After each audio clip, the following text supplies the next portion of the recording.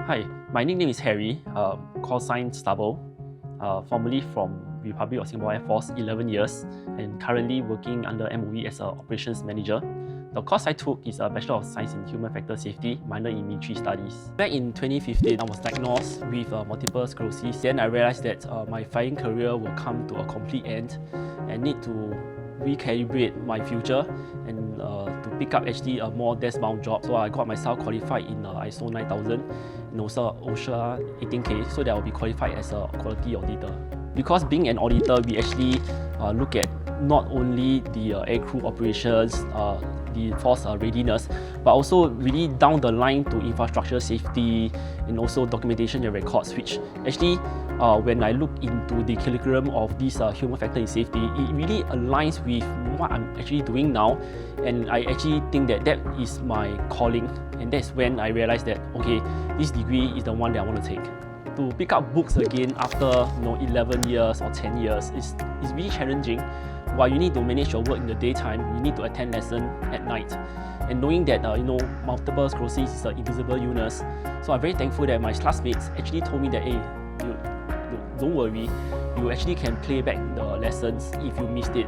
And I think the school HR and the lecturers are also very understanding. Back in secondary school or tertiary education, that we actually have a community there readily to help you out. But I think since part-time degree are mostly working adults, they know the challenges that we face and know that everyone is really finding pockets of free times to be it do assignment, to study, or even find time to go school. So I think community is very important, and also I'll thank my group of friends that are all regulars.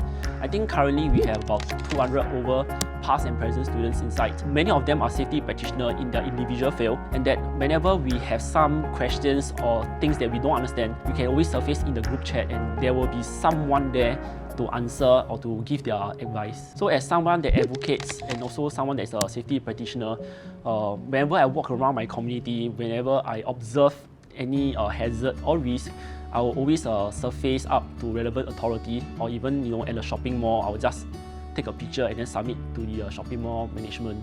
And then at work, to ensure workplace safety and health. So I think whatever that I study, I'm able to apply at work. I think it's a way for me to pay forward to all the medical officers that has been taking care of me since I was diagnosed with multiple sclerosis till I actually got a recovery from it. If I'm able to play my part paying forward, and it will actually make a big difference for the community. As a Vice President of Multiple Sclerosis Society of Singapore, we try to create awareness, we advocate, we also try to reach out to all the patients so that they know that they are not alone in this challenging journey, and that we often receive a lot of feedbacks, and then we will try to help them to escalate up to relevant authorities so that they will know that they are not suffering alone and that everyone is behind them, supporting them along the way.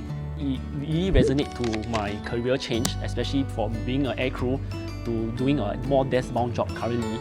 So we all have a dream when we begin in our work life, and then when you meet any sort of obstacles or challenges, you need to dare to take the first step out and then to do it, so you will never look back and then ask why did I step up. But it's a journey and a new adventure.